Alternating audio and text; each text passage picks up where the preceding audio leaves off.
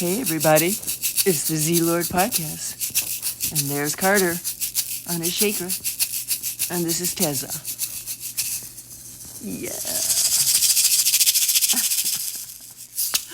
Yeah. Here you go. And we're so happy to be with you today. It's a beautiful day where we are. I hope it's a beautiful day where you are. Or Here a we beautiful are night. still in Maine. We were up in the hiking around these primitive mountains on the White Mountains right on the Maine-New Hampshire line a couple of days ago. God, it was just off the chart. There's hardly anybody around. There's trails everywhere. They go up into the mountains. You can start off slow for a mile or so, and then it starts to get steep. Yeah. You can get all you want in there, but you can also not have to go nuts. And there's beautiful little brooks and creeks, and the woods are just dense. So everybody, please try to get out into Conifers. nature. It's good. It's really important. I mean, the Japanese call it forest bathing, but it's just a good old communion with nature. And it's so beautiful to do that for your soul, for your mind, for your, mental health, for your spiritual well-being, which brings us to our topic today. Do you want to introduce it, Carter? The topic is, how do you not worry? How do you not worry? It's like my dad said back in the 30s. He met this Italian guy, and he was telling him that he was a good friend of his, and he was trying to tell him, he says, well, just don't worry about it. And he says, don't worry? What do you mean don't worry? How do you don't worry? So Dad, I always thought about that his whole life. It's a good question. Yeah. How do you don't worry? Because we're all worried, and we all, on various levels. And some people more than others. Because when I first met you, your dad told me in confidence, she said, Carter's a worrier. He's been a worrier since he was a little boy. Yeah, I've always been a worrier, and I think my son is kind of a worrier too. He worries, but it manifests itself in his life by making fantastic decisions, because he sits, whenever he needs to make a decision about some big issue, he'll just sit there and think about it, and he takes all sides, and it seems like he's worrying, but really what he's doing is he's going through in his mind, and he's analyzing. It really works. He doesn't make many bad decisions. When he has big decisions, they're almost all good. So that's one way of approaching it. When a person has it's not a bad problem, thing necessarily. You can just, when I'm worried, for instance, my end game, when I get really, really, really frustrated at the end, I'm talking about the end of the process, I go to not thinking. I go to meditation. So let me just say that right off the bat. But before I get there, I do my due diligence. I do research, or I do a sheet of pro and con. I draw a line down the middle of a page of white paper, and I put the pros and the cons down, and I analyze. But sometimes that process just feels feeble. Feels like, it depends on what mood I'm in, what goes on the pro side and what goes on the con side, Yeah. Well, I think it was brought to a head by a really good friend of ours. We were having a conversation, and he was talking about that the current political situation had upset him, and I can relate to that, because I've kind of been that way too, and so many of us are, all over the country. And so he said, well, I just can't escape it, and I just got to stop worrying about it, because it's driving me crazy. It's ruining my freaking life and taking my serenity. It's no fun. And I know what he's saying is true. So it's a really good question. How do you escape from that? And I think, I've been thinking about it. So wait a minute. We're talking specifically about worrying about the political situation and the fact that we turmoil, can't. Yeah. Yeah, and he said, there's not a damn thing I can do about it. So why the hell is it on my mind all the time? And so I said, and thinking about it, we all came to the same conclusion that one of the main things is he watches the damn news on the TV all the time. So I said, Jim, you got to turn that damn TV off. And I really believe that that's true. The first thing about worrying is what goes in affects you. And even if you don't necessarily agree with it, or whatever goes into our minds affects us, whether we like it or not. Every one of us is subject to the brainwash and we, even though we think we're above it, we're not, because what goes in. I believe that even the human voice puts a spin on things. When somebody is speaking, like a newscaster or a pundit, just their emotional spin puts a different perception on a fact rather than us just reading it. Right? Yeah, well, their job, which is okay, and they're good at it, is to create conflict and drama. And that increases the viewers, it increases their business. That's what they have to do. So they got to have an argument. Yeah. They can't just have it be nice, because that just doesn't get anybody. People turn it off. Right. So they want a drama. So that's what's happening on television, news about politics. So if you not want just television, streaming on your phone, any newscaster, when you have a human being who is telling you the news, there's going to be an inflection of emotion.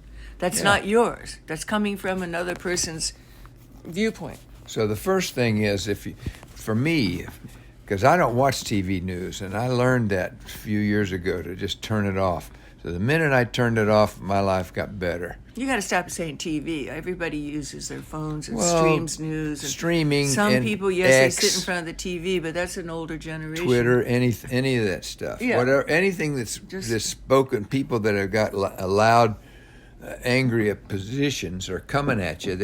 They're affecting you. The newscasters, the media. It's the media news. But it's also in life, there are some schools of thought, which I am in that school, which says that the mind is the builder. The mind is the thing that our minds are what controls our emotions and what takes big things like spiritual, high-minded things and makes them part of our daily life, and how we live and how we think and how we do.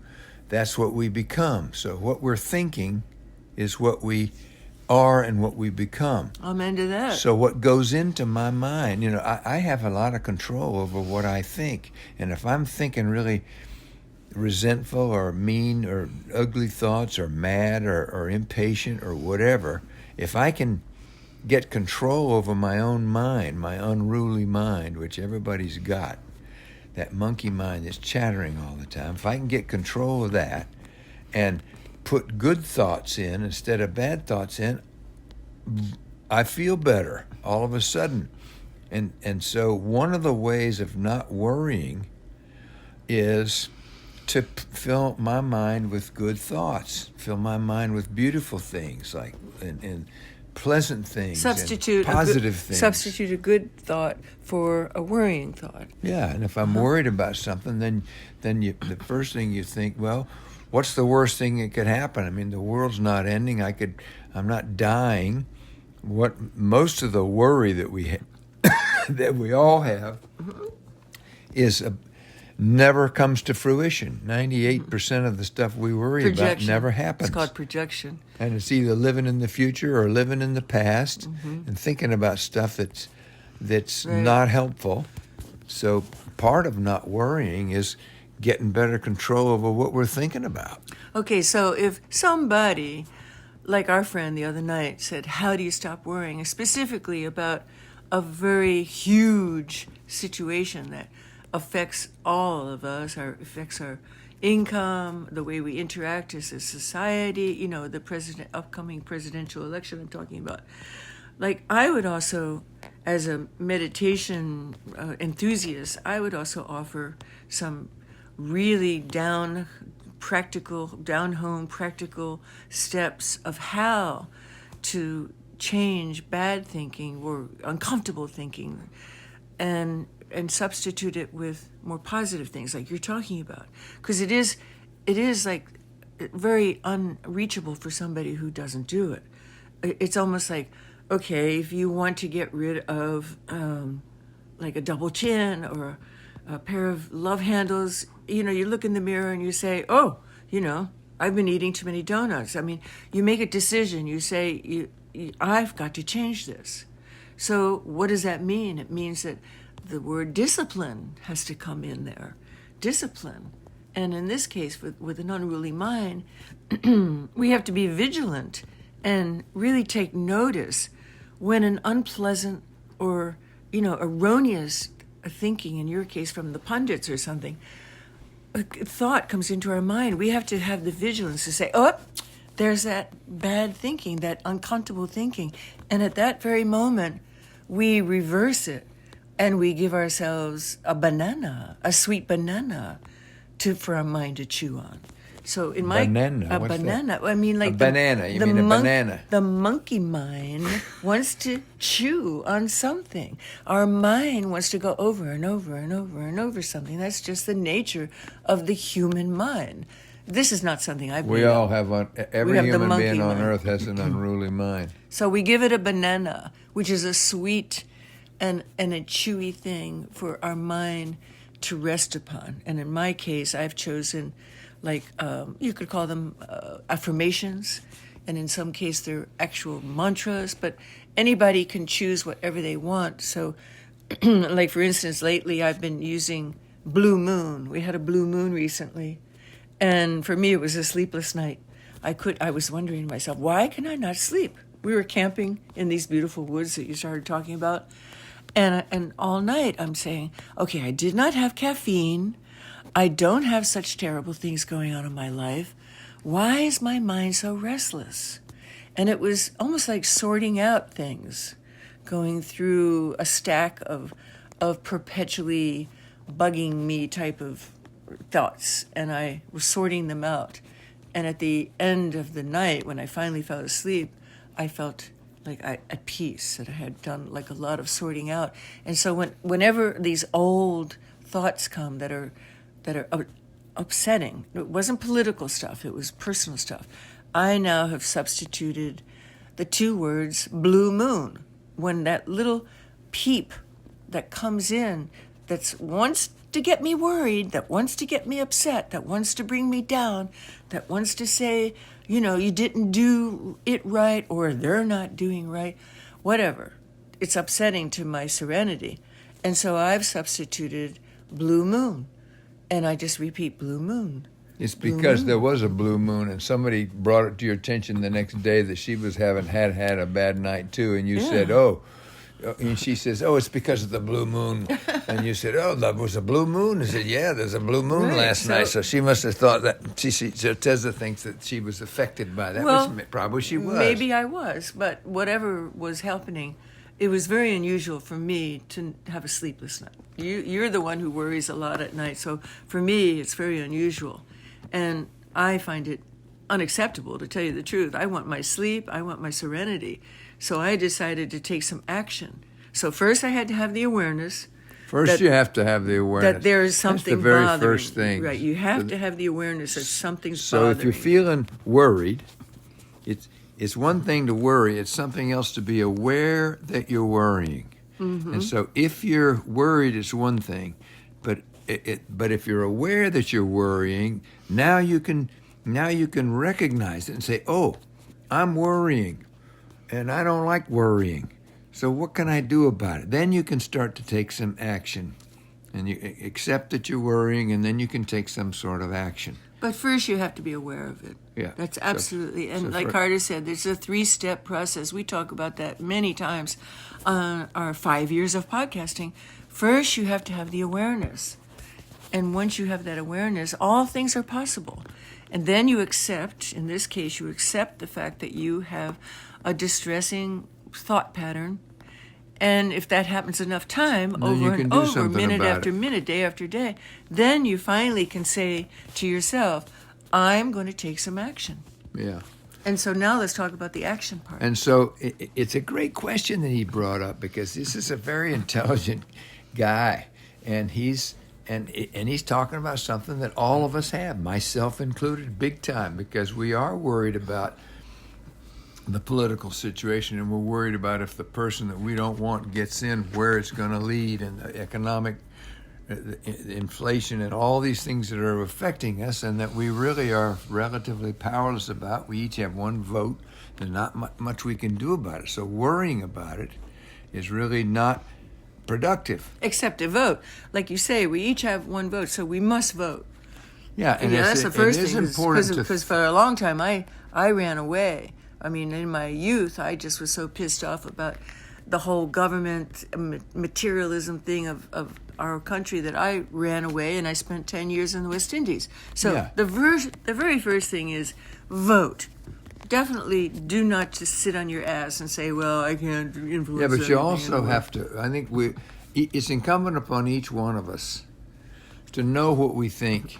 It's not necessarily obvious to know what you think. So if we have some thinking, then it's incumbent upon us to spend enough time thinking about it and trying to understand and figure out why we think this way and what are the reasons that we have these opinions. Yeah, we've already talked about that. No, but if we do that, then at a certain point, worrying about what's going to happen beyond that is counterproductive and it's useless. And slows us down. Futile. So then the question is, how do you escape Resistance that? is futile. So how do you escape it?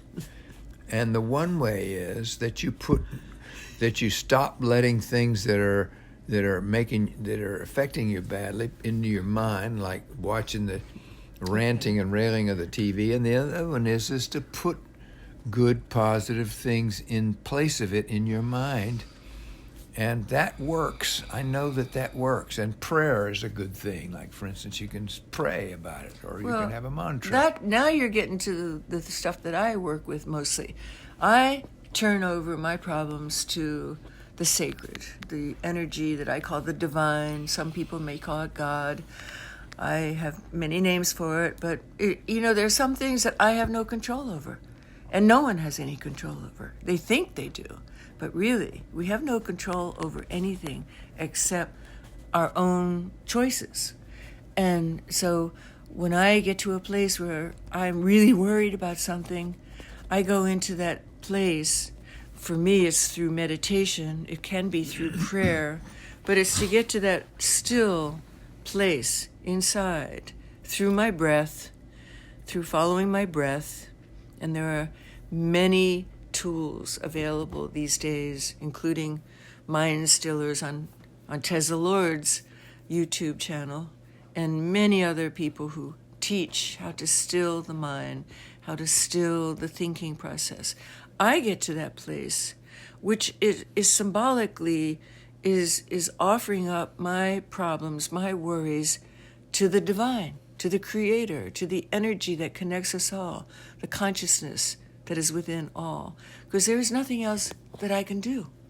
And that gives me such relief, because that's my go-to, and I've tested it throughout my life, that gives me relief. Yeah, and I would say, living with you and having been around you, that you're pretty good at it. And, you're just like all the rest of us. You can be a pain in the neck, Thanks, Carter. No, and just like me. And you're not. No, wait. Let me say something. That you can have your bad times just like all of us. And so this whole thing is a work in progress for me and for all of us. And we come and go. But the truth, but we know, all have people in our lives who are better at accepting things and not worrying than others. And so this is a clue. And I'd say that you're pretty damn good at it, because I've seen you in a lot of situations where you're upset and you can come out of it. And the way you come out of it is through these techniques that you've developed over time, and they really work. And you can change. So you can change your frame of mind. And I'm working on it. And so I would... You're working on what? Trying to learn how to basically... Stop worrying? It's about getting control of my mind. And that, I believe, is the key to not worrying, is to getting control of my mind and getting control of our minds. And it doesn't mean that you go around in life and you kind of arrive at that place and then you're in control. It means that, life is ongoing. And it comes and goes. And things are different Monday than they are Tuesday. So it's a constant, never-ending work in progress. But I can bring myself back and I get better and better at it the more I work at it. So it's important for me to be kind to myself and be forgiving, but it's also good for me to be aware that I can do something about this. When I'm really feeling shitty, I can change it if I just change the way I'm thinking. And how do you do that? Well, first I try to become aware. When I get to the certain point of misery, suddenly I realize, oh, I'm in misery. And so it was like yesterday. I had there's another thing that's important in life, which is patience, which is not so obvious. That patience, another school of thought is that patience is the entryway into God. And if you don't have any patience, you can't have a relationship with higher forces in the divine if you're just discombobulated. You have to be patient. And nobody is good at, well, some people are better at, I'm not very good at patience. So in order to working on patience, I have discovered if I can do that, I get better. And yesterday I had a horrendous time with my computer, and people were turning the Wi-Fi off in the middle of my stuff, and I got mad. And then I got control of that and took the blame for saying I shouldn't have allowed this. And I got better. You mean have the workers come I got during better. the time when you had scheduled an appointment? And so, instead of blowing up at them, you realized that you could have said, I should have called it off. Right. And so you analyzed why you got angry. Yes, and it wasn't their fault. It was nobody. They were in here trying to fix it, and I didn't tell them, don't come. And then when the situation happened, instead of getting pissed off at them, I realized it's my fault for not anticipating it. So that helped me, and I got over it real quick. It's analyzing something. I got over it real quick. Why is there anger quickly? in In my the old system? days, I would be mad all day, Right. and yelling at everybody and making everybody else's life miserable and chasing the guy out and all that stuff. Oh, God. But I didn't do that. And Keep our buddy dog. Well, I'm getting better at it, but I'm realizing as I get older that getting control of my thinking is the key to not worrying.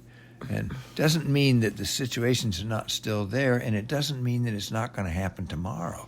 It just means that if I can get better at recognizing it quicker, it can go away quicker, and I don't be spending so much time worrying about dumbass stuff that I can't do anything about. But when you're right in the middle of it, when the anger or the worry or the sadness or whatever it is that's bugging us, when we're right in the middle of it, that's when it's really hard to disconnect and to realize that the emotions are from the mind, like right in the middle of it. So usually the first step, like we've said, is to have the awareness, like, oh my God, I am really off. Like for me, the other night when I couldn't sleep, I didn't just like get mad or anything. I said, why can't I sleep? So I first looked at, did I have a cup of tea or coffee? Like, no. Am I worried about something really bad that's bugging me? No, there was nothing. So I did, we have to do our due diligence as rational thinking people. But when we're in the middle of those emotions, like you were yesterday, it's very difficult. So you should be commended that I did pretty good. You right away realized that you had helped create that situation. Well, it's because we've been working on patience. And patience is one of my worst things. I'm one of the most impatient people I know, and it's been a problem my whole life, and it gets in my way. But we've been working on it, so I'm thinking about it. So what is that? We meaning our group, not just you and me. We have a weekly study group for how to elevate ourselves. Patience is the thing. I'm finding out a lot of things about patience, how important it is. And so it was on my mind. So there it is. What goes in your mind is what you're thinking about. What going in affects you. So it affected me that all that patience stuff had been in there. So I immediately was able to bring it up and use it. accept it. You accepted the fact that your impatience Well, I became aware of it, first of all. That yes, I'm that's what I pissed said. off The second step. because I'm impatient. The second step is to be accepting of the fact. First, you have the awareness. Yeah, well, usually I Then wouldn't be you have aware. I would just be pissed. Right, because you were just letting your emotions just run away with your sanity. Yeah, That's and what the- happens and the- with most people who don't realize that emotions come from our mind. Happens to all of us. Our mind. It's not necessarily what's happening outside of us. It's not the news.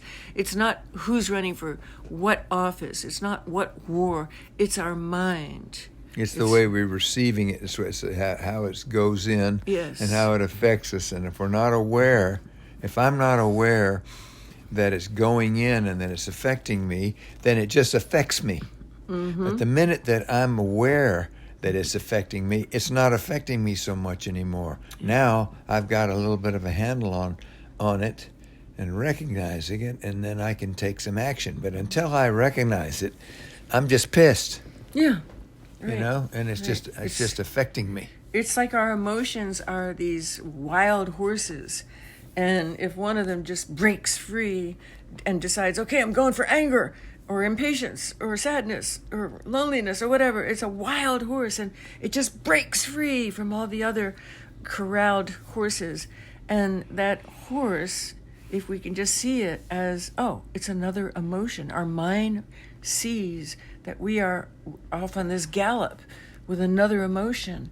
Once we have that awareness that it's just a manifestation of our mind, this galloping horse with anger or frustration or worry, then we can have the acceptance that, yes, that's an emotion. That's not really a fact. It's not what reality is. It's not what existence is. It's just an emotion. Yeah, and we accept that, and then we start reining it in with our action. We say, come here, Osie, give it a cube of sugar, which is that banana I was talking about earlier. We rein in those wild emotions that just run away with us and give it something. So what did you do yesterday? Did you have some comfort? Did you give your wild mind some kind of comfort? The minute that I apologized to the guy for yelling at him.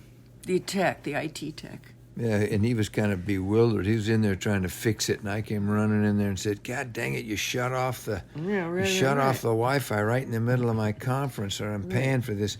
And so he was just turning it off so that he could reprogram it, and then he wasn't doing anything. Right. And he was unaware of the fact that you had a conference, so he was doing his job. You apologized to him. So that was one action you took.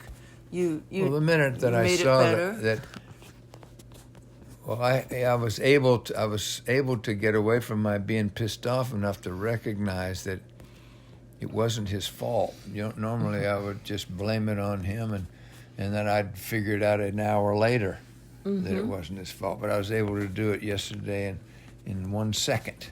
So that's progress. Okay. And that's So Carter, let me ask you a question. I'm playing the interviewer now. I know that you are much more of a political animal than I am. I'm an independent, and you're a registered something or other. So you have much more vested in what's happening in the world today politically. I mean, specifically America. And I am okay about knowing I'm going to vote, knowing that I'm still analyzing because I'm not decided. I'm an independent. And I'm okay about giving it up to the divine, whichever way it goes, which means, the system that we have in place, our democracy. I'm okay about letting the people decide. I don't have a vested interest that my guy or my girl has got to win. But you have a much stronger feeling about what we're involved with, and that's what Jim was talking about, our friend. So now that we've already talked about the example of like an IT situation and other things, like, do you have some tools that you can offer everybody and yourself too about when you get to that place, because you do get very upset about what's happening. And, there is a lot of unemotional stuff going on. Well, there is. Well, first of all, the the cosmos and the universe is so much bigger than anything going on this earth and any of my problems or anybody else's problems. God is so much bigger that the minute we get overwhelmed by the mundane, then we can immediately jump to, just by looking at a tree or looking at the manifestation of God that is all around us, and all these plants and things and the air and the clouds and the birds and all these things that are going on are all so much bigger than we are, that wallowing around in our own personal little worries is ridiculous on the face of it. And everybody's so worried about all their stuff. It's ego. It's our self. We're so self-involved.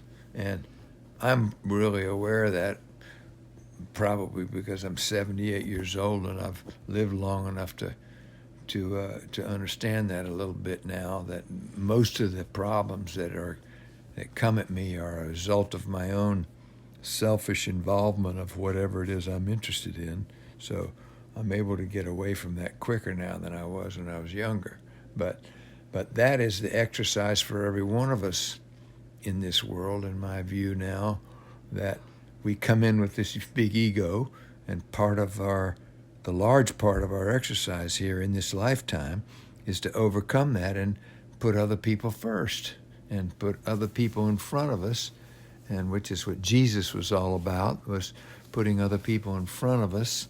And so his consciousness, which is what is something to be striven for, as opposed to finger pointing and demanding people obey certain rules and do this and do that, because otherwise you're going to go to hell if you don't do this. That's not very helpful to me. But if I understand that it's the consciousness of how one offers service to others instead of service to self, then you feel better. And if you feel better, that's a clue, because that's what we're supposed to be doing, even though none of us, including myself, feel like doing it most of the time. And we're more interested in our own personal interests, which almost always lead to a lower level of happiness even. Because once we get everything that we've been striven for, we're never... There's always something else. Well, we never, it's the classic story of the rich guy who's finally gotten rich and he's still miserable. And it's because he's involved in being rich himself rather than enriching others, which is what the real happiness is, but it's not so obvious. You just have to do it long enough so that you begin to realize that feels better. Mm-hmm. And also to be kind to yourself, because it's not going to happen overnight. Not only overnight, but it changes. You get it one day for 10 minutes, and then the next morning it's gone. And you got to go find it again. That's what I started off with, the word discipline.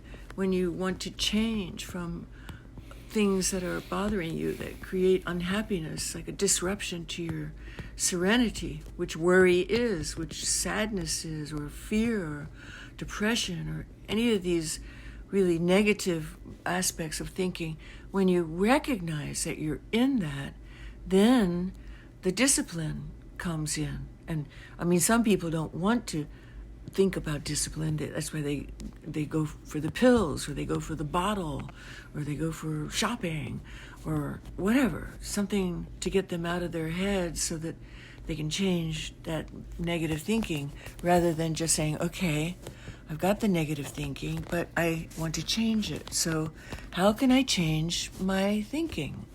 And the discipline part of it is the commitment. Yeah. To say that I'm going to investigate now how to change it. Yeah. Maybe I need to meditate for a few breaths just to being aware, alter my awareness level. And stepping outside of ourselves. Like, that's not to belittle genuine worry. Like, if your kid is sick, let's say, and your kid's been in an accident and you're worried that he's not going to get well, that's a legitimate worry. How can you not worry about that? Of course you can worry. But just worrying and wringing your hands to the point of anxiety and heartburn it would be more productive to say, well, to think, well, how can I step outside of myself? How can I be have the best good in this situation? What can I do to help my son? And the best way to help my son, who would be in hospital, would be to come with a happy spirit and an embracing spirit and an encouraging spirit, or something like that. Surround the situation with that energy, that psychic energy that we call either prayer or thought, but it has been proven to be a force that is to be reckoned with. I mean, scientists have proven that people who send intention, whether it's called prayer or just thinking of the situation with positive thought, I mean, it is a reality that affects not only plants, but people who are undergoing a difficult time. So to change our thinking from worry into some kind of positive, uplifting energy, whether you call it prayer or just a visualization or an affirmation or just being positive, instead of sending out these negative vibes, which not only is futile with most situations, but it's going to affect our health. Yeah. You know, our cells communicate with each other. If our mind is constantly worried and constantly in a state of agitation, our entire body is going to be disrupted in a negative way because all the cells communicate with each other. It's only helpful to a point, because worry is a signal, it's a clue that something's off. So that's okay. It gets your attention. Oop, I got something's not going right. You start worrying. Well, wallowing in the worry is not helpful, but recognizing it as quickly as possible and then taking some kind of action to do something about it in a positive way is helpful. So in that way, the worry thing is good, but wallowing in the worry is not. And so the first thing to do is program good stuff, like and get good stuff coming into our minds and into my mind, and putting other people ahead of myself, and just not wallowing in not allowing myself to wallow in it, and making sure that stuff that's going in my mind is good stuff. Yeah, and also I think that sometimes when we have a worry, for instance, it's a signal that we are supposed to look at the situation, take action, but after we accept the fact that it's a reality, and we don't just go out and numb it by, you know, going out for a run or you know, going for a way to, you know, change it, like reaching for a pill or, you know, a bottle, like I've said before, or a donut. I mean, sometimes even just the littlest thing, like worrying about, like, oh, do I look good today? Well, you can look in the mirror and give yourself like a little scan and say, oh, you know what? I could like smile a little more. I've got like a downturned mouth, and you know, it's good to follow up on these little signals that the emotions give us. But when it's chronic worry and it's chronic sadness, that's not good. That's not good. That's not when what we want. That's when you have to take action. So if in the case of politics, if you're worried about the politics, make up your mind on what you think about it, and then stop programming yourself. And I have to stop programming myself endlessly over and over the same stuff, so that we just. What do you mean program yourself about what? Well, like listening to the TV news and just getting programmed by that stuff. Yeah. But it's okay to say, well, what would be the best choice of president to lead our nation out of all this economic misery? Who's the best choice? It's okay to think about that for a little while, but not 24/7. It's not helpful to anybody. You know, because yelling at your neighbors and your friends and calling them names and thinking they're no good bastards because they got a different idea than you do. That's not helpful. That's not helpful at all. We've talked a lot about the the divisiveness going on. And now, of course, it's more intense right now because we're coming up to the election. But basically, we started podcasting 5 years ago, Carter. There was a time as we went through the pandemic together, talking to people and seeing what's going on in our society. I mean, I personally feel that we're in a good place in our consciousness of America, specifically, because I'm an American. I think it's really good, as I told our friends the other night who were worried about being worried, I think it's really good because we're talking about it now. And like in the confines of a trusted situation, we brought it up and we talked about it. And that's very good. I think it's better instead than of it people was hiding their 10 feelings years or ago, being yeah. secret. They think they have to just keep these things to themselves in their homes. And it's really good to sit down, even with a person who has a different way of thinking about politics or about God or about, sex or gender, all this stuff, the wars. It's really good because it's coming out and people need to communicate about it, and that's what we're doing. Yeah, and I think that the nation in general recognizes, and the vast majority of people recognizing that the anger and the finger pointing is not helping, and that there's a huge bunch of talk and people wanting to listen to the other guy and understand and be understanding and trying to figure out how to communicate back and forth and have a freedom of speech without canceling other people. So that's a positive. I think we've moved positively in the last 5 years in that, and so that's encouraging, and we're hopefully in a process of this, and we'll work through this and recognize that divergent ideas are coming from somewhere, so they can't just be total propaganda because they started somewhere. What do you mean, virgin ideas? You mean divergent ideas, divergent. like Sorry. like certain ideas that I don't think are the right way to go are living in the human breast somewhere, and they need to come out in some way that's positive. We need to all accept these. I things. think, like you said earlier, I think that the media really is at the basis of a lot of this. Antagonism going on. They think it's good entertainment. They're scared because, they've lost the printed page and now everybody's gone digital. And I just think that there's a lot of manipulation of our human emotion with the media. And we have to realize that we can't be victims every time we try to check the news. Yeah, but they're not bad people. They're not bad people. They're victims of it just like we are, and they have to do it because it's advertising. That's what they have to do in order to get readers, or they'll be out of business. They can do it with high scruples and morals too.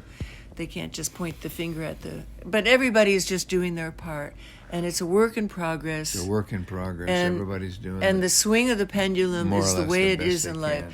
It goes that way, and then it swings the other way, and then pretty soon we're all just going to come in the middle, and we are going to be a blended family of humanity, and love is the weapon of mass illumination. There's the signal. And love will replace fear, and love is going to be the spiritual weapon that we can use to keep ourselves safe. There you go, healthy. baby. Yeah. I like that. I like good that. thinking. I like that. That's good thought. So if you want to hear more about what I have to say, just check out my books. I've got 5 beautiful books, and they're all on Amazon. And Carter's got some beautiful movies, so check out his website. And we have the links in our information, and we send you much love. teZa's got the new series, the book series. We're just putting that together. The Power of Oneness. We're just getting that on the Amazon. Power of Oneness is the series name, yes. Okay, Carter. And look for the exciting new Chili movie, 15 minutes, that I just finished after working for it. God, it's been almost a year. Whoa, that's a long time for a short. But it's coming up on the YouTube. We're going to upload it on Saturday morning, and it's called Getting Off the Hard Road. You can see it on carterlord.com. My website. If that opens up, then the YouTube channel, you just push a button at the top and it goes right to the YouTube channel. It'll be right on there. So everyone, be well. All right. We'll talk to you next time. Om Namah Shivaya.